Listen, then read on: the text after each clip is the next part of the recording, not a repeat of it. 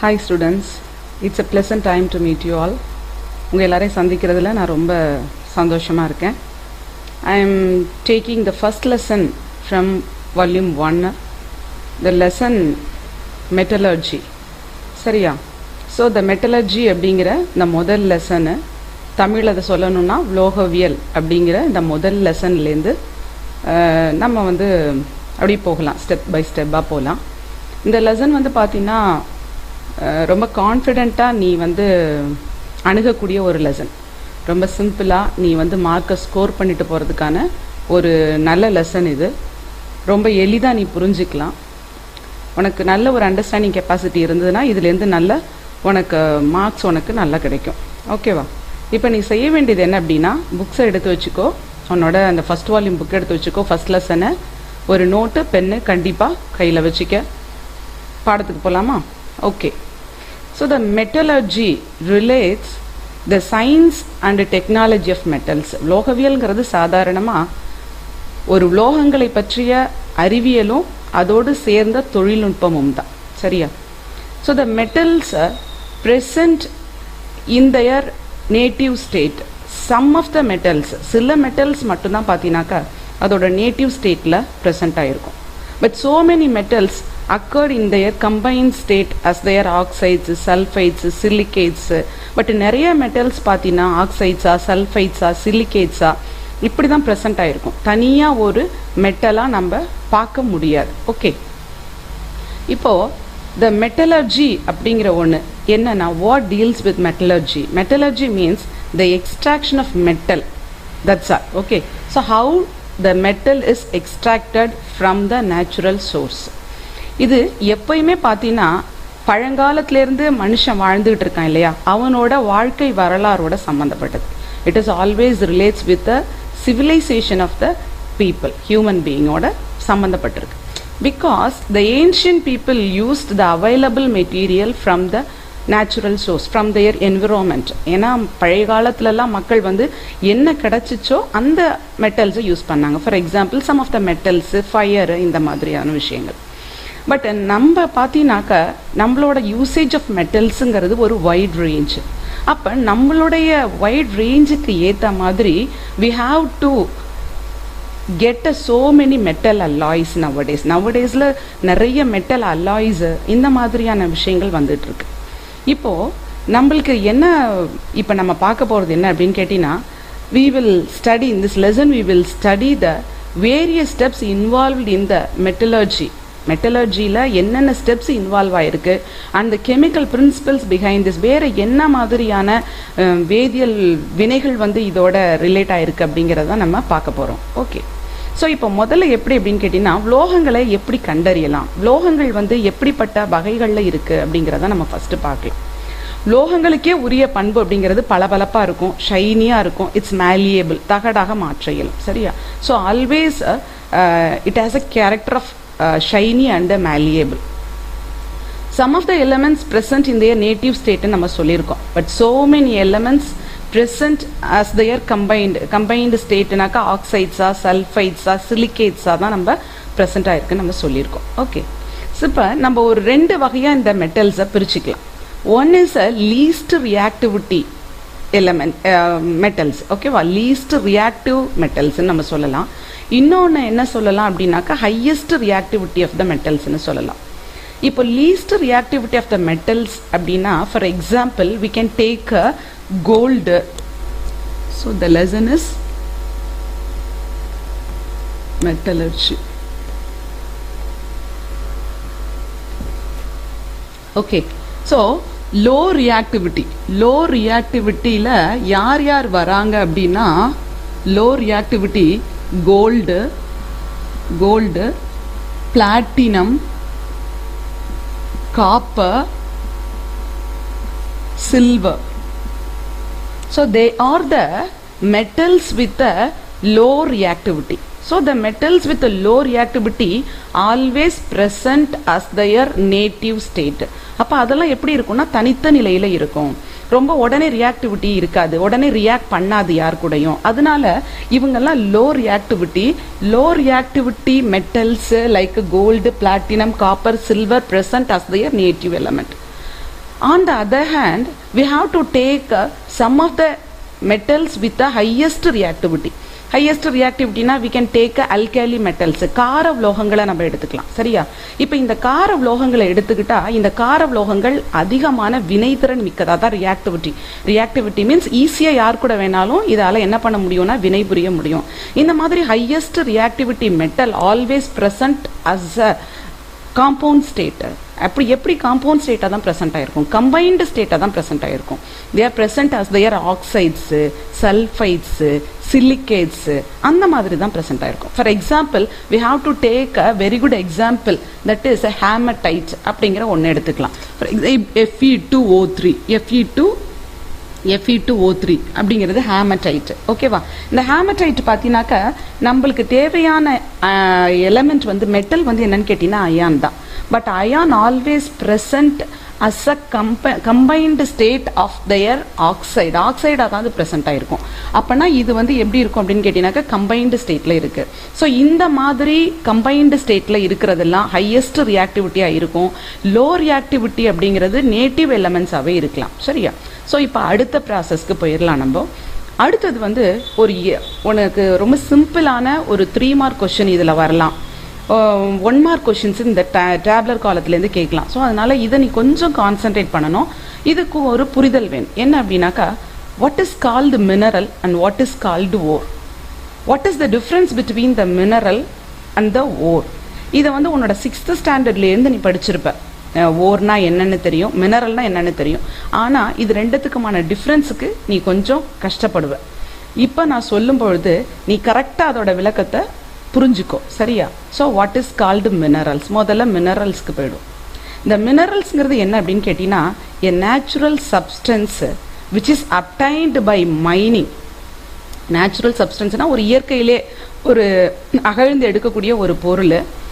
இதில் வந்து பார்த்தீங்கன்னா மைனிங்கில் அகழ்ந்து எடுக்கிறதுனாவே மைனிங் தான். சரி? A natural substance which is obtained by mining which consist a metal in a free state or in the combined state of their oxides, sulfates, silicates, that is called ore.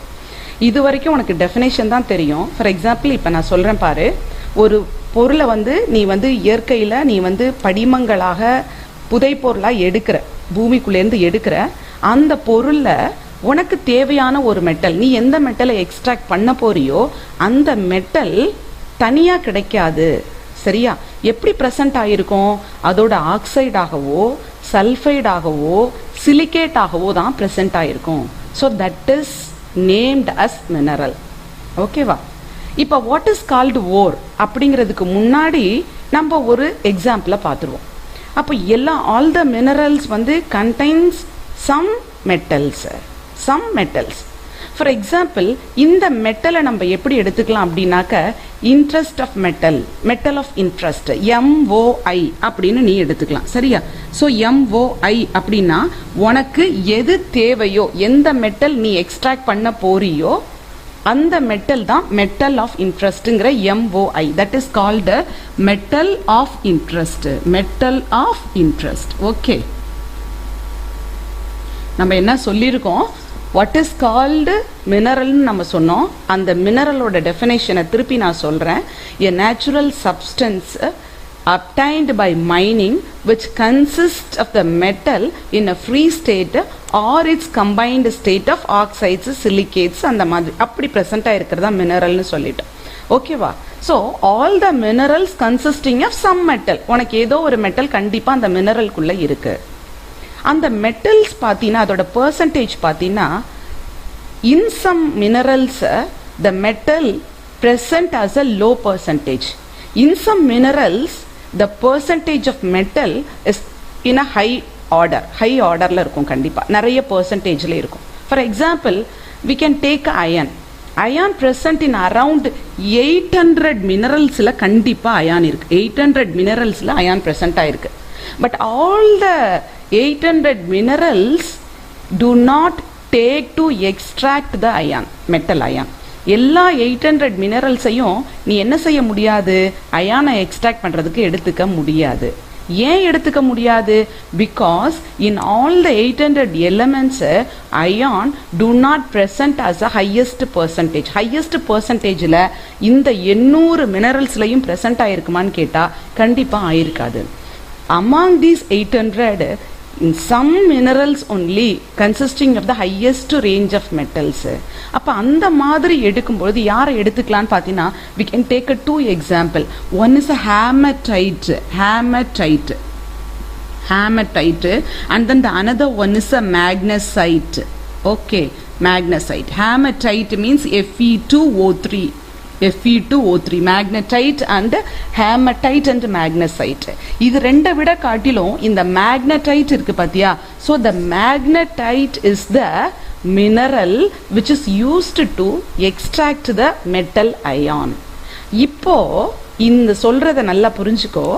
இந்த mineral இருக்கு பாத்தியா, that is called ore. இதுதான் இப்போ ore. அப்ப minerals which contain the highest percentage of metal from which it extracted conveniently and economically. எந்த ஒரு கனிமம், மினரல்ங்கிறது ஒரு கனிமம், அதான் இப்போ நான் சொல்றேன், தமிழில் சொல்றேன் நான். அப்ப எந்த மினரல்லேருந்து நம்மளால ஹையஸ்ட் பர்சன்டேஜில் இருக்கக்கூடிய மெட்டலை நம்மளால எக்ஸ்ட்ராக்ட் பண்ணி எடுக்க முடியுதோ அதை தான் நம்ம எப்படி சொல்றோம்? ஓர்னு சொல்றோம். சரியா? அப்ப இயற்கையாக அகழ்ந்து எடுக்கக்கூடிய ஒரு பொருள்ல கண்டிப்பாக உலோகங்கள் இருக்கும். அப்ப அந்த உலோகம் எப்படி இருக்கும்னா தனித்த நிலையில இருக்கலாம், அப்படி இல்லைன்னா அதனுடைய சேர்மங்களாக பிரசன்ட் ஆயிருக்கலாம். ஆனா கனிமங்கள் எல்லாவற்றிலையுமே நம்ம பிரித்தெடுக்க வேண்டிய உலோகங்கள் அதிக பர்சன்டேஜில் இருக்கணுங்கிற தேவை இல்லை. லோ பர்சன்டேஜில் இருக்கலாம், ஹை பர்சன்டேஜில் இருக்கலாம். அதே மாதிரி அயான் பார்த்தீங்கன்னா 800 வகையான மினரல்ஸில் அயான் ப்ரெசென்ட் ஆயிருக்கு. ஆனால் 800 வகையான மினரல்ஸையுமே வச்சு நம்ம எக்ஸ்ட்ராக்ட் பண்ண முடியுமா அயான் அப்படின்னு கேட்டால் கண்டிப்பாக பண்ண முடியாது. ஹேமடைட்டையும் மேக்னசைட்டையும் மட்டும்தான் நம்ம எடுத்துக்க முடியும். Because hematite and magnesite consist of a highest range of metals. அதில் தான் அதிக ரேஞ்சில் அந்த மெட்டல் ப்ரெசென்ட் ஆயிருக்கு. So iron is entirely extract from the mineral, name of the mineral hematite. அப்ப அந்த மினரலை தான் எதுல ஹையஸ்ட் பர்சன்டேஜில் இருக்கு, எதுலேருந்து நம்மளால எக்ஸ்ட்ராக்ட் பண்ண முடியுது, அதுவும் எக்கனாமிக்கலா சிக்கனமாகவும் ரொம்ப எளிதான முறையிலையும் அதை நம்ம எக்ஸ்ட்ராக்ட் பண்ண முடியுதோ அதை தான் நம்ம எப்படி சொல்றோம்? ஓர்னு சொல்றோம். அப்போ மெட்டலர்ஜிக்கல் ப்ராசஸ்ங்கிறது ஒரு எக்கோ ஃப்ரெண்ட்லி ப்ராசஸாக இருக்கணும் அது. பிகாஸ் த ப்ராசஸ் வந்து would contain minimize the ப்ராப்ளம்ஸாக இருக்கணும், மேக்ஸிமைஸ் த எனர்ஜியாக இருக்கணும், மினிமைஸ் த ப்ராப்ளம்ஸ் நிறைய இருக்கக்கூடாது. எக்கனாமிக்கலி அது ரொம்ப வந்து எக்கனாமிக்கலாக நம்மளுக்கு அது ஒரு எளிதான மெத்தடாக சீப்பஸ்ட் வேயாக இருக்கணும். அதே மாதிரி எனர்ஜியை மேக்ஸிமைஸ் பண்ணுற மாதிரி இருக்கணும். அப்படிப்பட்ட ஒரு எக்கோ ஃப்ரெண்ட்லியாக ஒரு மெட்டலர்ஜிக்கல் ப்ராசஸை தான் நம்மளால் செலக்ட் பண்ண முடியும். ஓகேவா? இப்போ உனக்கு நல்லா புரிஞ்சிருக்கும் what is the difference between ore and minerals அப்படிங்கிறது நல்லா புரிஞ்சிருக்கும். சரியா? கனிமத்திற்கும் தாதுவிற்கும் இடையேயான வேறுபாடு என்ன? அப்ப கனிமம்ங்கிறது நாட் தனிமம், கனிமம். சரியா? ஸோ கனிமம்ங்கிறது இயற்கையில் அகழ்ந்தெடுக்கக்கூடிய ஒரு பொருள்ல நம்மளுக்கு தேவையான ஒரு உலோகம் தனித்த நிலையிலேயோ அல்லது ஒரு சேர்ந்த சேர்மமாக இருக்கக்கூடிய நிலையிலேயோ இருந்தால் அது கனிமம்னு சொல்றோம். அதே தாது என்பது ஒரு அந்த எந்த ஒரு கனிமத்துல அதிக அளவில் உலோகங்கள் காணப்படுகிறதோ அதை நம்ம எளிதாக பிரித்தெடுக்க கூடிய முறையில் இருக்குதோ அதை தான் நம்ம என்ன சொல்றோம்? தாதுன்னு சொல்றோம். சரியா? அப்போ இங்கிலீஷ்ல இதை சொல்லணும் அப்படின்னா a natural substance which consisting of the metal in a free state or in the combined state of oxides, sulfides, silicates is called minerals. ஓகேவா? அதை அண்டர்லைன் பண்ணிக்க. அதே மாதிரி வாட் இஸ் கால்ட் ஓருங்கும் பொழுது a minerals that contains a highest percentage of metals from which it can be extracted conveniently and economically. பொருளாதார ரீதியாக சிக்கனமாகவும் எளிதாகவும் எந்த ஒரு கனிமத்தில் அதிக அளவில் இருக்கக்கூடிய ஒரு உலோகத்தை நம்மளால பிரித்தெடுக்க முடிகிறதோ அதை தான் நம்ம தாதுன்னு சொல்லலாம். சரியாப்பா, உனக்கு இப்போ நல்லா புரிஞ்சிருக்கும் நான் நினைக்கிறேன். இப்போ அடுத்த டிஃப்ரென்ஸ் போனோம் அப்படின்னு கேட்டு நம்ம உலோகத்தை பிரித்தெடுக்கிறோமோ அதைத்தான் நம்ம என்ன சொல்ல போறோம் அப்படின்னா தாதுன்னு சொல்ல போறோம். இன்னொரு எக்ஸாம்பிள் அடுத்தது ஒரு 3 மார்க் கொஸ்டின்ல கேட்டா நீ அதுக்கு கண்டிப்பா ஒரு எக்ஸாம்பிள் கொடுக்க வேண்டியது இருக்கும். அப்ப நீ என்ன மாதிரியான ஒரு எக்ஸாம்பிள் கொடுக்கலாம்னா, for example we can take a bauxite and china clay. ஓகேவா? ஸோ இந்த பாக்சைட்டையும் சைனா கிளேயும் எடுத்துக்கிட்டோம்னா bauxite and china clay both bauxite and china clay are the famous ores of aluminum. They are the very good ores of aluminum. இவங்க ரெண்டு பேருமே அலுமினியத்தோட தாதுக்கள் தான். ஆனா aluminum is successfully extracted from bauxite only, not from china clay. china clayலேருந்து எடுக்க முடியாது, இது வந்து ப்ராஃபிட்டபிளா இருக்காது. Extraction of aluminium from china clay is not that much profitable as compared with extraction of aluminium from bauxite. அப்போ bauxite is considered as a ore of aluminum and china clay is the mineral of aluminum. சரியா? so they are the difference between the minerals and ores. இப்போ உனக்கு அதுல நல்லா புரிஞ்சிருக்கும் மினரல்ஸையும் ஓர்ஸையும் எப்படி differentiate பண்ணிக்கலாம், எப்படி அதை வந்து நம்ம கேட்டாங்கனாக்கா அதை வந்து எப்படி டிஃபரன்ஷியேட் பண்ணி சொல்லலாம், தனித்தனியா டிஃபைன் பண்ணணும்னா எப்படி அப்படிங்கிறது உனக்கு நல்லா கிளியரா புரிஞ்சிருக்கும். அடுத்த உன்னோட பேஜ்ல பாத்தீங்கன்னா the tabular column is given. இந்த டேப்லர் காலத்தில் எப்படி இருக்கும் அப்படின்னு கேட்டீங்கன்னா இதை நீ நல்லாவே படிக்கணும். 7 metals are given, I think 7 metals இருக்கு. என்னென்ன இருக்குன்னாக்க minerals of not mineral ores of aluminum, ores of silver இருக்கும் நான் நினைக்கிறேன், tin, zinc, copper, lead. இந்த மாதிரி the ores of these metals are given in the tabular column. So நீ வந்து அது என்ன பண்ணுனா கொஞ்சம் அந்த அட்டவணையில் இருக்கக்கூடிய இந்த தாதுக்களை, எதனுடைய தாதுக்கள், சில்வரினுடைய தாது, காப்பரினுடைய தாது, அப்புறம் வெள்ளியத்தினுடைய தாது, காரியத்தினுடைய தாது, துத்தநாகத்தினுடைய தாதுக்கள், இதெல்லாம் உனக்கு கொடுத்துருக்காங்க. இந்த தாதுக்களை கொஞ்சம் நல்லா அண்டர்லைன் பண்ணி பார்த்துக்கோது. சரியா? 1 மார்க். ஓகே கேர்ள்ஸ், நீ வந்து இப்போ டேப்லர் காலம் போயிட்டு அந்த ஓர்ஸ் எல்லாம் பார்த்துட்டு வந்திருப்பேன் நான் நினைக்கிறேன். அட்டவணை போய் தாதுக்கள் சில்வரோட, காப்பரோட, டின்னு, துத்தநாகம், இவங்களோட இந்த தாதுக்கள் எல்லாம் பார்த்துட்டு வந்திருப்பீங்க. இப்போ நம்ம வந்து மெட்டலர்ஜிக்கல் ப்ராசஸ்க்குள்ளே போகிறோம். உலோகவியல் எப்படி பிரித்தெடுக்கிறது, உலோகங்களை பிரித்தெடுக்கக்கூடிய முறைக்குள்ளே நம்ம போகிறோம். இப்போ இந்த உலோகங்களை பிரித்தெடுக்கக்கூடிய முறையை நம்ம எப்படி பிரிச்சுக்கலாம் அப்படின்னா 3 பகுதிகளாக பிரிச்செடுக்கலாம். சரியா? ஸோ த ஃபஸ்ட்டு பார்ட் என்ன அப்படின்னு கேட்டிங்கன்னா கான்சன்ட்ரேஷன் ஆஃப் ஓர். சரியா? So concentration of ore, concentration of ore அதாவது தாதுக்களை அடர்ப்பித்தல். தாதுக்களை அடர்ப்பித்தல். செகண்ட் ஒன் என்ன அப்படின்னு கேட்டீங்கன்னாக்கா extraction of crude metal. Extraction of crude metal.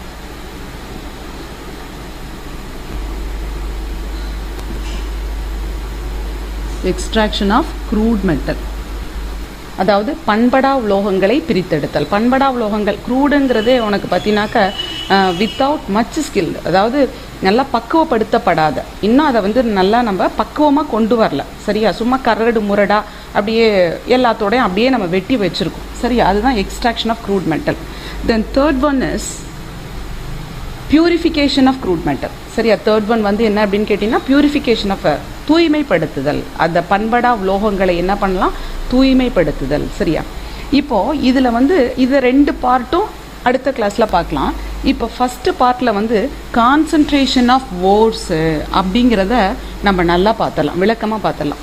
இப்போ இந்த கான்சன்ட்ரேஷன் ஆஃப் ஓர்ஸு அப்படிங்கும்பொழுது எப்படி கான்சன்ட்ரேட் பண்ணலாம், ஓர்ஸை எப்படி கான்சன்ட்ரேட் பண்ணலாம், எப்படி அடர்ப்பிக்கிறது, தாதுக்களை அடர்ப்பித்தல் அப்படிங்கிறது தான் இந்த concentration of ores. Why we have to take the steps. Concentration of ஓருங்கிறது ஏன் நம்ம எடுக்கணும் அப்படிங்கிற ஒரு கொஷின் வருது. இப்போ இதுலேயே பார்த்தீங்கன்னா உனக்கு ஒரு 2 கொஷின்ஸு இதுலேயே ஒரு 2 மார்க் கொஷின்ஸை நீ வந்து எடுத்துடலாம். என்ன அப்படின்னா வாட் இஸ் கால்டு கேங் அப்படின்னு சொல்லலாம். சரியா? அப்போ இதுக்கு முன்னாடி இந்த கான்சன்ட்ரேஷன் ஆஃப் ஓர்ஸில் ஒரு 4 டைப்ஸ் வருது இல்லையா, அதுக்கு முன்னாடி நம்ம என்ன பார்த்துடலாம், what is called gang, GANGUE. ஓகேவா? கேங் அப்படிங்கிறது உனக்கு இதை சொல்லணும் அப்படின்னாக்கா கனிம கழிவு அப்படின்னு நம்ம தமிழில் சொல்லுவோம். What is called gangue because the ores associated with அந்த தாதுவானது எதோடெல்லாம் சேர்ந்து இருக்கும் அப்படின்னு கேட்டிங்கன்னா நான் மெட்டாலிக் இம்ப்யூரிட்டிஸு,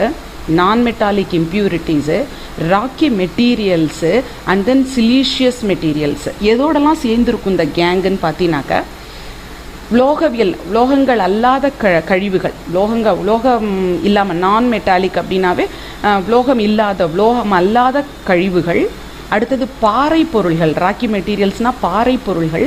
சிலீஷியஸ் மெட்டீரியல்ஸ் அப்படின்னாக்கா மண் போன்ற பொருட்கள். இந்த பொருள்களோட ஓர் வந்து கலந்த கலவையாகத்தான் இருக்கும்.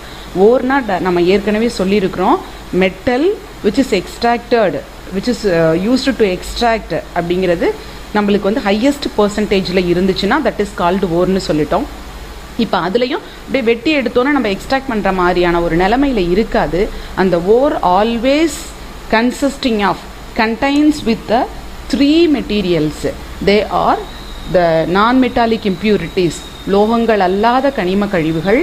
அடுத்தது ராக்கி மெட்டீரியல்ஸு, பாறை பொருள்கள். சிலீஷியஸ் மெட்டீரியல்ஸுங்கிற மண் பொருட்கள். இவைகளோட கம்பைன்டு ஸ்டேட்டில் தான் இருக்கும். இப்போ இந்த இம்ப்யூரிட்டிஸ் இருக்குது பார்த்தியா, இந்த இம்ப்யூரிட்டிஸுங்கிறது இந்த கசடுகள் இருக்குது பார்த்தியா, இதுக்கு பேர் தான் நம்ம என்ன சொல்கிறோம், கேங்குன்னு சொல்கிறோம். சரியா? ஸோ இப்போ இந்த கேங்குங்கிறப்போ இந்த கழிவுகளோடு இருக்கக்கூடிய அந்த மெட்டலை முதல்ல நம்ம என்ன பண்ணுறோம், அந்த கம்பைன்டு ஸ்டேட்டில் இருக்கக்கூடிய அந்த ஓரை நம்ம என்ன பண்ண போகிறோம் அப்படின்னா அடர்ப்பித்தல் முறையில் தூய்மையாக்குதல். ஓகேவா? அப்போ the gangue is removed from the ore by the method of concentration. அப்போ அதுக்கு பேர் தான் கான்சன்ட்ரேஷன், அடர்ப்பித்தல். இந்த மாதிரியான கழிவுகளை, கனிம கழிவுகளை இந்த தாதுவிலிருந்து நீக்கக்கூடிய, அதாவது that is gang, impurities. Gang is removed from the ore. The process that has been used for this removal of gang from the ore is called concentration of the ores. It increases the concentration of metal of interest or the combined state. சரியா? So அப்போ இது எதற்காக நம்ம இந்த அடர்ப்பிக்கணும் அப்படின்னா நம்மளுக்கு எந்த உலோகம் தேவையோ அந்த உலோகத்தை வந்து அந்த தாதுவில் அதனுடைய கான்சன்ட்ரேஷனை, அதனுடைய செறிவை வந்து இதன் மூலமாக என்ன செய்யலாம்னா அதிகரிக்கலாம். அதற்காக தான் நம்ம இந்த அடர்ப்பிக்கணும்.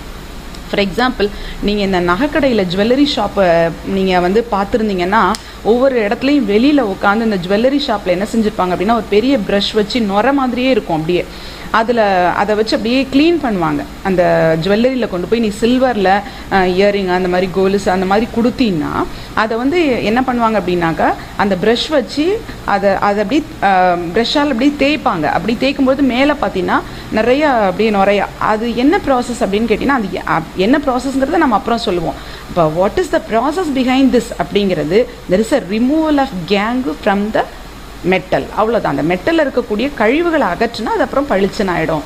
அதற்காக தான் அந்த process that is called concentration of the metal, concentration of the ore. சரியா? இந்த கான்சன்ட்ரேஷன் ஆஃப் ஓருங்கிறது என்ன மாதிரியான மெத்தடில் நம்ம இம்ப்ளிமெண்ட் பண்ண போகிறோம்? So many methods are available. Concentration of wore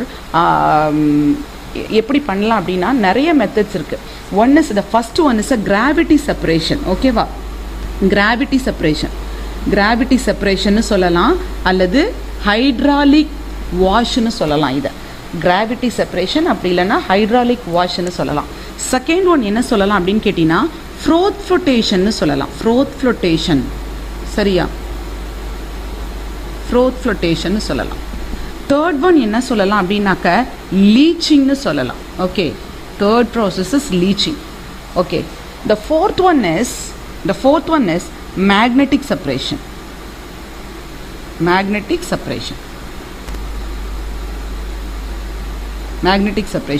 So these 4 methods are available for concentration of ores. ஒரு ஓரை வந்து அடர்ப்பிக்கணும், தாதுவை அடர்ப்பிக்கணும் அப்படின்னா இந்த மாதிரியான கிராவிட்டி செப்பரேஷன் புவியீர்ப்பு முறையில் இந்த தாதுக்களை தூய்மைப்படுத்துதல். அடுத்தது ஃப்ரோத் ஃப்ளோட்டேஷன்னா நுரைமிதப்பு முறையில் அடர்ப்பித்தல். மூன்றாவது லீச்சிங் அப்படின்னாக்க கழுவுதல் லீச்சிங்னா. அடுத்தது தூய்மையாக்கி கழுவுதல். மேக்னெட்டிக் செப்பரேஷனாக்க காந்த பிரிப்பு முறையில் இதை நம்ம எப்படி செப்பரேட் பண்ணலாம். இந்த மாதிரி ஒரு 4 methods.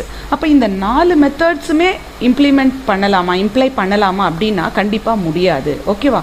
Because the methods we have to choose always depends upon the characteristics of ore and then characteristics of the impurity and the environment. அது எதை பொறுத்தெல்லாம் நம்ம இதை செலக்ட் பண்ண முடியும்னா அந்த ஓரினுடைய தன்மை, தாதுவினுடைய தன்மை என்ன, அந்த கசடினுடைய தன்மை என்ன, அந்த என்விரான்மெண்ட்டை, அந்த சூழ்நிலை பொறுத்து, இவைகளை பொறுத்து தான் நம்ம என்ன செய்யலாம்னா இந்த 4 முறைகளில் ஏதோ ஒன்றை தேர்ந்தெடுக்கலாம். ஸோ இப்போ நம்ம ஃபஸ்ட்டு பார்க்கக்கூடியது கிராவிட்டி செப்பரேஷனை. இந்த கிராவிட்டி செப்பரேஷனை நீ 5 மார்க்லையும் எதிர்பார்க்கலாம், 3 மார்க்லையும் எதிர்பார்க்கலாம். சரியா? 3 மார்க்ஸ் கொஸ்டினாகவும் அதை நீ பார்க்கலாம், 5 மார்க் கொஸ்டினாகவும் நீ அதை பார்க்கலாம். ஸோ கிராவிட்டி செப்பரேஷனுங்கிறது ஒன்றுமே கிடையாது, ரொம்ப சிம்பிள். கிராவிட்டி செப்பரேஷனில் நம்ம செப்பரேட் பண்ண வேண்டியது என்னென்னா gangue, the removal of gangue from ore material, ore பார்ட்டிக்கல்லேருந்து கேங்கை நம்ம என்ன பண்ண போகிறோம் அப்படின்னா பிரித்து எடுக்க போகிறோம். அப்போ என்ன மாதிரி பிரித்து எடுக்க போகிறோம் அப்படின்னா according to the gravity separation method, on the basis of gravity separation method. Okay, so என்ன gravity separation method? Why we have to imply this gravity separation method? Because the ore has a highest gravity. The ore which contains the highest gravity is separate from the gangue that has a low gravity. ஓகேவா? அப்போ கேங்குக்கு இருக்கிறது low gravity இருக்கும், ஓருக்கு இருக்கிறது highest gravity இருக்கும். ஓகேவா? So this method is done by washing of ore with a running water. இது எப்படி பண்ணலாம் அப்படின்னா வாஷ் பண்ண போகிறோம், அவ்வளோதான். இந்த ஓர் வந்து கேங்கோடு சேர்ந்து இருக்கும், இது அப்படியே ரன்னிங் வாட்டரில் வச்சு கழுவ போகிறோம், அவ்வளோதான். ஸோ கழுவும் பொழுது குறைவான புவியீர்ப்பு விசையுடைய அந்த கனிம கழிவுகள் என்ன செய்யும்னா அடித்து செல்லப்படும். ரொம்ப கிராவிட்டி செப்பரேஷன், இந்த புவியீர்ப்பு விசை அதிகமாக இருக்கக்கூடிய இந்த தாதுக்கள் என்ன செய்யும் அப்படின்னு கேட்டிங்கன்னா அடியிலே தங்கிடும். இதுதான் கிராவிட்டி செப்பரேஷனுங்கிறது வேற ஒன்றுமே கிடையாது. அப்போ இதை நீ எப்படி சொல்லலாம்னா ஸ்டெப் பை ஸ்டெப்பாக சொல்லலாம். எப்படி ஸ்டெப் பை ஸ்டெப்பாக சொல்லலாம்னா முதல் சென்டென்ஸ் வந்து முதல் பாயிண்ட்டை நீ நோட்டிஃபை பண்ணிக்கோ. இந்த ஃபர்ஸ்ட் பாயிண்ட் என்ன அப்படின்னு கேட்டினாக்கா the ORES crushed to finely powdered. Okay, finely powdered crushed ore அதை மாற்றிக்கணும். ஓகேவா? the ORES crushed to finely powdered இதை நீ என்ன பண்ணிக்கணும், க்ரஷ் பண்ணிக்கணும். ஓகேவா? And then it is placed இல்லைனா சஸ்பெண்டட் வித் த ரன்னிங் வாட்டரில் நீ என்ன பண்ண, அதை சஸ்பெண்டட் பண்ணு, அப்படியே அதில் கழுவணும், அதில் வைக்கணும். Suspended with the running water. Okay, the கேங்கோ வித் அ லோ கிராவிட்டி, கேங்கோ கசடோட லோ கிராவிட்டி, அதாவது கம்மியான புவியீர்ப்பு விசையில் இருக்கக்கூடிய கசடுகள் என்ன செய்யும் அப்படின்னு கேட்டிங்கன்னா ஓடுற நீரில் என்ன பண்ணும் அப்படின்னாக்கா அடித்து செல்லப்படும். ஓகே, ஸோ த கேங்கோ with low gravity running away with the water and then the gravity, highest gravity யாருக்கு இருக்கும்னா ஓருக்கு இருக்கும். the ore with the highest gravity settle down at the bottom of the water. so that is the gravity separation. இவ்வளோதான் gravity செப்பரேஷனு. அழகாக இதை 3 பாயிண்ட்ஸாக பிரிச்சுக்கிட்டு நீ இதை ரொம்ப எளிதாக நீ எழுதிடலாம், ஞாபகமும் வச்சுக்கலாம். இப்போ இதில் ஒரு எக்ஸாம்பிள் வந்து கொஷினாக கேட்கக்கூடிய வாய்ப்பு இருக்குது. அது என்ன கொஷின் அப்படின்னு கேட்டினாக்கா for which type of ores concentrated by gravity separation method. என்ன மாதிரியான தாதுக்கள் இந்த கிராவிட்டி செப்பரேஷன், இந்த புவியீர்ப்பு முறையில் இருக்கக்கூடிய இந்த அடர்ப்பித்தல் முறையில் எந்த மாதிரியான தாதுக்களை அடர்ப்பிக்கலாம் அப்படின்னு கேட்கலாம். சரியா? So native state of the elements like gold, அதாவது தனித்த நிலையில் இருக்கக்கூடிய கோல்டுக்கு இந்த மெத்தடு நல்லாவே சூட் ஆகும். சரியா? ஸோ அப்போ ores of gold concentrated by this method. அதே மாதிரி அடுத்தது என்னன்னு பார்த்தீங்கன்னா oxides of ores. oxides of ores. For example, we have to take a two example. One is a Fe2O3, that is ஏற்கனவே நம்ம சொல்லியிருக்கிறோம் ஹேமடைட்னு சொல்லியிருக்கோம். another one is a வெள்ளியக்கல் டின் ஸ்டோன்னு சொல்கிறது. ஓகேவா? அந்த டின் ஸ்டோனுங்கிறது என்னென்னா SnO2. எந்த ஓரெல்லாம் ஆக்சைடு ஸ்டேட்டில் இருக்கோ, கம்பைன்டு ஸ்டேட்டில் இருக்கோ, இந்த மாதிரி ஓர்ஸ் எல்லாம் கிராவிட்டி செப்பரேஷன் மெத்தடில் ரொம்ப ஈஸியாக செப்பரேட் பண்ணலாம். சரியா? அப்போ இந்த எக்ஸாம்பிள்ஸை நீ நல்லா பார்த்துக்கணும். Gold and then the oxides of ores can be separated by this method of gravity separation. ஓகேவா? ஸோ இதுதான் வந்து கிராவிட்டி செப்பரேஷனு உனக்கு எளிதாக இருக்கும். இதில் இருக்கக்கூடிய ஒரு 3 மார்க் கொஷின்ங்கிறது வாட் இஸ் கால்டு கேங்குன்னு கேட்கலாம். பின்னாடி வந்து உனக்கு அந்த புக் பேக் கொஷின்லேயே இருக்குது what is called gangue and another one is ஸ்லாக்னு இருக்குது. ஸ்லாக் நம்ம பின்னாடி வரும்பொழுது அதை பார்க்கலாம். இப்போது அடுத்த கொஷின் வந்து what is gravity separation, how to imply the gravity separation method அப்படின்லாம் கேட்கலாம். How to apply the gravity separation மெத்தடுன்னு கேட்கலாம். அப்படி இல்லைன்னா 1 மார்க் கேட்கணுன்னா என்ன மாதிரியான தாதுக்களை இந்த முறையில் நம்ம பிரித்தெடுக்க போகிறோம் அப்படிங்கிற மாதிரி 1 மார்க் கேட்கலாம். சரியா girls? Okay. So the next one is a froth flotation. சரியா? froth flotation next concentration of ore. The method to be used to concentrate the ore is froth flotation.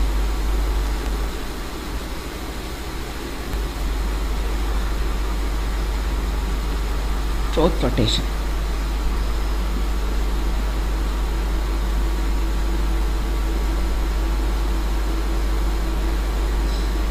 Froth flotation அப்படி இல்லைனா இது எப்படி சொல்லலாம்? நுரை மிதப்பு முறை. நுரை மிதப்பு முறை. நுரை மிதப்பு முறையில் தாதுவை அடர்ப்பித்தல். ஓகேவா? So the froth flotation process. இப்போ எடுத்த உடனே நம்ம இதில் எப்படி பார்க்கலாம் அப்படின்னா என்ன மாதிரியான தாதுவை ஃப்ரோத் ஃப்ளோட்டேஷன் மெத்தடில் நம்ம கான்சன்ட்ரேட் பண்ண போகிறோம். சரியா? Which are the metals to be concentrated by froth flotation process அப்படின்னு பார்க்கலாம். என்ன மாதிரியான ஓர்ஸ் நீ எடுத்துக்கலாம், தாதுக்களை எடுத்துக்கலாம் அப்படின்னா the sulfide ores, especially sulfide ores. The sulfide ores can be concentrated by the froth flotation process. Sulphide ஓர்ஸுக்கு என்ன எக்ஸாம்பிள் கொடுக்கலாம் அப்படின்னு கேட்டிங்கன்னா கலீனா கொடுக்கலாம். கலீனா. ஓகேவா? So galena, the molecular formula of galena is PbS. இதுதான் அந்த அதனுடைய ஃபார்முலா கலீனா. அடுத்தது என்னன்னு பார்த்தீங்கன்னா zinc blende. Zinc blende. Zinc blende வந்து என்னென்னா ZnS. இந்த ஜிங்க் பிளண்டு. சரியா?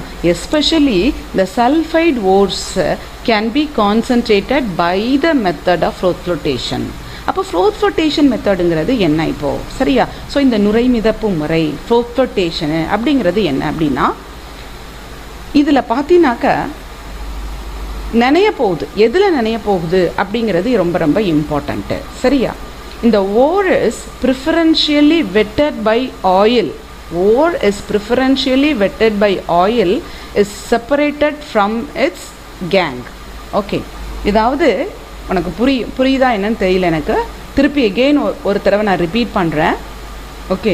So the ore which is preferentially wetted by oil is removed from its gang. அதாவது எது ஒன்று எண்ணெயோடு சேர்ந்து எண்ணெயோடு நினைந்து அந்த நுரை ஏற்படுத்துகிறதோ அந்த மாதிரியான தாதுவை அதனுடைய கனிம கழிவிலிருந்து பிரித்தெடுக்கிற முறை தான் என்ன முறை அப்படின்னு கேட்டால் ஃப்ரோத் ஃப்ளோட்டேஷன் ப்ராசஸ். அதாவது இந்த தாது என்ன பண்ணுது அப்படின்னு கேட்டிங்கன்னா எந்த தாதுவை நம்ம பிரிச்செடுக்க போகிறோமோ அது எண்ணெயோடு நனைந்து it is preferentially wetted by oil. It is preferentially wetted by oil. சரியா? இதை எதுலேருந்து செப்பரேட் பண்ண போகிறோம்னா கேங்குலேருந்து செப்பரேட் பண்ண போகிறோம். கேங்கு வந்து பார்த்தீங்கன்னாக்க இட்ஸ் ப்ரிஃபரன்ஷியலி வெட்டட் பை வாட்டர். அது என்ன பண்ண போகுது? தண்ணியில் நனைய போகுது. தாது என்ன நனைய போகுது? நுரையில், அதாவது எண்ணெயோடு நனைய போகுது. ஓகேவா?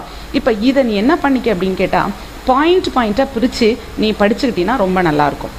அது அப்போ இந்த பாயிண்ட்ஸ் நம்ம என்னென்ன அப்படின்னு பார்த்தோம்னாக்கா ஃபஸ்ட்டு பாயிண்ட்டு என்ன அப்படின்னு கேட்டிங்கனாக்கா நான் சின்னதாக எழுதுகிறேன். நீ புக் இருந்துச்சுன்னா அப்படியே சின்ன சின்ன பாயிண்ட்டாக போட்டு அதை நோட் பண்ணிக்க. ஓகேவா? ஸோ ஃபஸ்ட்டு பாயிண்ட் என்ன அப்படின்னு கேட்டிங்கன்னா the ore is crushed into the finely powdered. எப்படியுமே அந்த நம்ம என்ன பண்ணணும், தாதுவை வந்து நம்ம ஓர்ஸை வந்து நம்ம எப்படி எடுக்கலாம் அப்படின்னா பிளாக்காக எடுக்க முடியாது, பெரிய பெரிய பல்காக நம்ம எடுக்க முடியாது. Okay, so we couldn't take the ores in a பல்காக எடுக்க முடியாது, பெரிய பிளாக்காக எடுக்க முடியாது. So the ore should be crushed to the finely powdered. அதை முதல்ல நீ என்ன பண்ணு, ஃபைன்லி பவுடர்டை க்ரஷ் பண்ணிக்க. Okay, so wore is finally powdered, ore is crushed to the finely powdered ore நீ அதை crush பண்ணிக்க. Okay, and then it is suspended in the water. So அதை அடுத்தது என்ன பண்ணு, suspended in the water, suspended in the water, suspended in water. Okay, அடுத்து இது எல்லாமே இந்த ஃபஸ்ட் பாயிண்ட்லேயே வரணும். ஓரை நல்லா க்ரஷ் பண்ணிக்க, அதை அப்படியே தண்ணிக்குள்ளே வச்சிரு. இப்போ அதோட எதெல்லாம் சேர்க்க போகிற அப்படின்னா இந்த இடத்துல ரெண்டு விஷயம் நம்மளுக்கு வரப்போகுது. So the first one is a frothing agent. சரியா? ஸோ ஃப்ரோத்திங் ஏஜென்ட்டு என்ன அப்படின்னு பார்த்தீங்கன்னாக்க, இந்த frothing agent should be added to this water. இந்த ஃப்ரோத்திங் ஏஜென்ட்டை இதோட ஆட் பண்ணு. யாரெல்லாம் ஃப்ரோத்திங் ஏஜென்ட், இந்த இடத்துல நீ கண்டிப்பாக குழப்பிப்ப. ஃப்ரோத்திங் ஏஜென்ட்னா என்ன, அடுத்தது வந்து பார்த்தீங்கன்னா கலெக்டர்ஸ்னா என்ன, டிப்ரெசிங் ஏஜென்ட்னா என்ன, இந்த மூணு விஷயமுமே இந்த ஃப்ரோத் ஃப்ளோட்டேஷனில் தான் வரப்போகுது. இதை நீ அடிக்கடி குழப்பிப்ப, இதை நீ தெளிவாக நீ மைண்டில் ஏற்றிக்கணும். சரியா? So keep it in your mind very clearly. What is frothing agent and another one is what is called collector, why it is called collector, and another one is what is depressing agent. Okay, so first என்ன பண்ண போறோம், frothing agent பார்க்க போறோம். frothing agent க்கு example இந்த எக்ஸாம்ல கூட வந்துச்சு. frothing agent க்கு எக்ஸாம்பிள் என்னன்னா பைன் ஆயில். சரியா? So pine oil and then eucalyptus oil. சரியா? so pine oil and eucalyptus oil both they are the example for a frothing agents. So finely powdered ore is taken, it is suspended in the water, and another frothing agents like pine oil and eucalyptus oil are mixed with this water. Okay, mixed with the water. And another one is we have to take a sodium ethyl xanthate. Okay, sodium ethyl xanthate, sodium ethyl xanthate. The sodium ethyl xanthate, what is called sodium ethyl xanthate?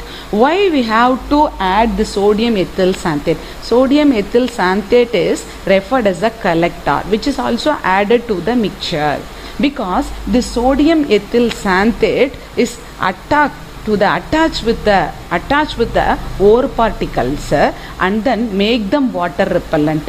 இதுதான் அந்த ஓர் பார்ட்டிகளோட சேர்ந்து அதை தண்ணியில் கரையாமல், தண்ணியில் நனையாமல், because the froth flotation processங்கிறதே deals with எப்படி எதை டீல் பண்ண போகுது, the ore is preferentially wetted by oil is separated from gang.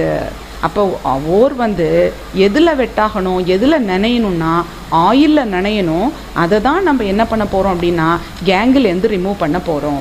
அப்போ இவங்களெல்லாம் சேர்த்தே ஆகணும். இப்போ இந்த sodium, what is the function of sodium ethyl xanthate? Sodium ethyl xanthate is taken as a collector which is added to the mixture, because the sodium ethyl xanthate is attached to the ore material and make them water repellent. Okay va? இப்போ வரிசையாவே பார்த்தறலாம். Finely powder crushed ore is taken and then it is suspended into the water. Frothing agents like pine oil and eucalyptus oil are mixed with the water, and another one sodium ethyl xanthate which is used as a collector also added with the mixture. சரியா? So இது எல்லாமே first point. Second point froth flotation process. இதுலேயே உனக்கு heading வந்துடுது, நுரை மிதப்பு முறை. நுரைக்கணும், நுரைனா உனக்கே தெரியும். சரியா? ஸோ அப்போ சோப்பு போடும்போது அந்த ஃபோம் அந்த வருது இல்லையா, அந்த நுரை வரணும், ஃபோம் வரணும். அப்போ வந்து அதுதான் வந்து என்ன அப்படின்னா ஃப்ரோத் ஃப்ளோட்டேஷன். அந்த ஃப்ரோத்துங்கிறது தான் அந்த நுரை. ஓகேவா? அது ஒன்று உருவாகணும். எப்படி உருவாக்கலாம் அப்படின்னாக்கா blowing of air through the mixture. Okay, காற்றை என்ன செய்யலாம் அப்படின்னா அந்த மிக்சருக்குள்ளே, அந்த எடுத்துக்கொண்ட இந்த கலவைக்குள்ளே காற்றை ஊதும் பொழுது, ஸோ ப்ளோயிங் ஆஃப் ஏர், இந்த froth is formed because of blowing of air. ஏரை வந்து நீ வந்து ப்ளோ பண்ணும்பொழுது அந்த நுரைச்சிக்கிட்டு, ஏன்னா பிகாஸ் இந்த பைன் ஆயிலும் யூக்லிபஸ் ஆயிலும் எதுக்காக யூசேஜ், என்ன யூசேஜ்னு கேட்டிங்கன்னா இந்த இடத்துல they are used as a frothing agent. இவங்க தான் அந்த நுரை மிதப்பு காரணிகள். தமிழில் சொல்லணும்னா இது நுரை மிதப்பு காரணிகள். இந்த நுரை மிதப்பு காரணிகள் அந்த மிக்சருக்குள்ளே இருக்குது. நீ இப்போ காற்றை ஊதும் பொழுது நுரை மிதந்துக்கிட்டு வருது. சரியா? இப்போ the sodium ethyl xanthate is taken as a collector, சேகரிப்பான். சோடியம் எத்தில் சாந்தேட்டுங்கிறது சேகரிப்பான். இந்த சேகரிப்பானை சேர்க்கும் பொழுது இது என்ன செய்யுது அப்படின்னு கேட்டிங்கன்னா, தாதுவோட சேர்ந்து அந்த தாதுவை தண்ணீரில் கரையாமல், சரியா, தண்ணீரில் அந்த தாதுவை என்ன செய்யக்கூடாது, நனையாமல், அதுதான் என்ன பண்ணுது, மேக் தம் வாட்டர் ரிப்பல்லண்ட். தண்ணியில் நனையாமல் பண்ணுற வேலையை யார் பண்ணுறா அப்படின்னா அந்த சோடியம் எத்தில் சாந்தேட்டு தான் பண்ணுது. ஓகேவா? இப்போ அடுத்தது இந்த ஓர் என்ன செய்யும் அப்படின்னு கேட்டிங்கன்னா, அடுத்த பாயிண்ட்டுக்கு வந்துரு. இந்த ore is preferentially wetted by oil and rise as the froth to the surface. Rise along with the froth to the surface. இப்போ என்ன பண்ணுன்னா, இந்த சோடியம் எத்தில் சாந்தேட்டு சேகரிப்பானாக இருக்கும். இது போய் அந்த ஓர் பார்ட்டிகளோட சேர்ந்து தண்ணியில் நனையாமல் அந்த ஓரை தடுக்கும். இப்பொழுது இது என்ன பண்ணுன்னு கேட்டிங்கன்னா, அந்த நுரையோட சேர்ந்து என்ன பண்ணும் அப்படின்னா மேலே அந்த டாப்புக்கு நுரைத்து கொண்டு மேலே வரும். ஓகேவா? ஸோ அப்போ நம்ம எப்படி சொல்லலாம் அப்படின்னா, the ore formed the froth and then rising to the surface and then now the froth is skimmed off and dried and then the ore is collected. Okay, இப்போ என்ன பண்ணலாம், அந்த நுரையாக வந்ததை அப்படியே வழித்து அதை என்ன செய்யலாம் அப்படின்னாக்கா ட்ரை பண்ணி நீ என்ன பண்ணலாம், அதில் இருக்கக்கூடிய அந்த தாதுக்களை மட்டும் பிரிச்செடுக்கலாம். So they are the steps of Froth flotation process. இதுதான் வந்து ஒரு பேசிக் ஸ்டெப்ஸு. அப்போ ஃபைன்லி பவுடர்டு க்ரஷ்டு அந்த ore, finely powdered crushed ore suspended in water and then வேறு எதை சேர்க்க போகிற அப்படின்னு கேட்டிங்கன்னா ஃப்ரோத்திங் ஏஜென்ட்ஸு, அதாவது நுரைக்கும் காரணிகளான பைன் ஆயிலையும் யூக்லிப்டஸ் ஆயிலையும் அதோட சேர்க்க போகிற. அதோடு சேர்த்து சேகரிப்பான் என்று சொல்லக்கூடிய கலெக்டார் அப்படின்னு சொல்லக்கூடிய சோடியம் எத்தில் சாந்தேட்டையும் இதில் ஆட் பண்ணுற. இதெல்லாம் முதல் பாயிண்ட்லேயே நீ சேர்த்துக்க. அடுத்த பாயிண்ட் வந்து இந்த நுரை மிதப்பு முறையை எப்படி கொண்டு வருவேன் அப்படின்னாக்க, இந்த frothing is obtained by blowing of air through the mixture. அந்த கலவையின் வழியாக காற்றை ஊதும் பொழுது அதை நுரைக்க செய்யலாம். அடுத்த point, the collector particles sodium ethyl xanthate attach with the ore particles and then they rise as the froth to the surface. அப்படியே அது என்ன பண்ணோன்னா அதுவும் இதுவும் கலந்து நுரையாக மேலே அப்படியே எழும்பும். அடுத்த லாஸ்ட் ஒன், ஃபிஃப்த் பாயிண்ட் என்ன அப்படின்னு கேட்டிங்கன்னா, the froth is skimmed off and dried and then the ore is concentrated. அதை வழித்து அதை உலர வைத்து அதுலேருந்து என்ன பண்ணலாம் அப்படின்னு கேட்டிங்கன்னா இந்த தனிமங்களை வந்து நீ உலர வைக்கலாம். சரியா? இதுக்கு அடுத்த ப்ராசஸில் வந்து என்ன அப்படின்னு பார்த்தீங்கன்னா, for example we can take a sulfide ores. இந்த சல்ஃபைடு ஓர்ஸை நீ இப்போ எடுத்துக்கலாம் அப்படின்னு நினைக்கிறேன். For example we can take a galena. Okay, galena's molecular ஃபார்மில் பிபிஎஸ். ஓகேவா?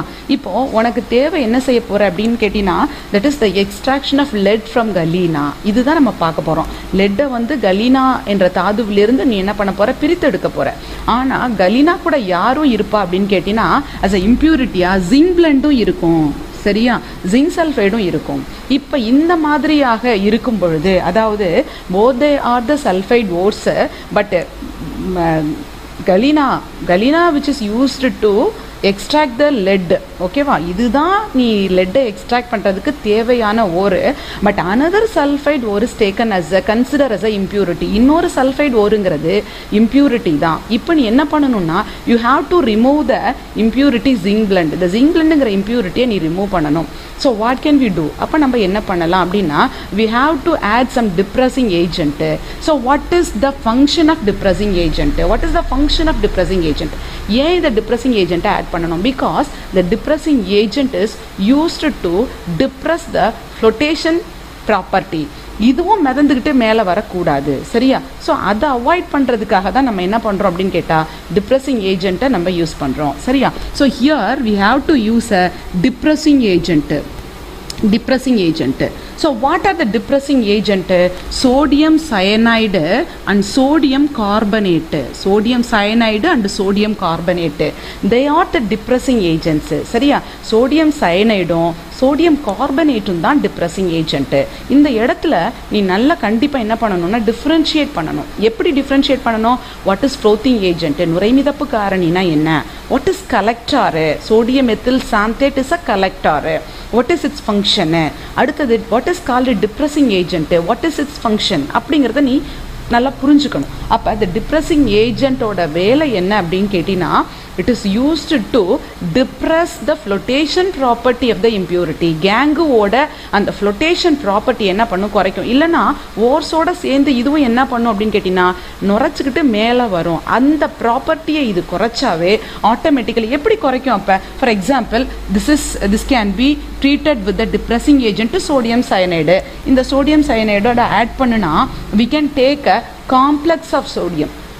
ஓகேவா? ஸோ அப்போ இதோட காம்ப்ளெக்ஸ் சோடியம் காம்ப்ளெக்ஸ் கிடச்சிரும்.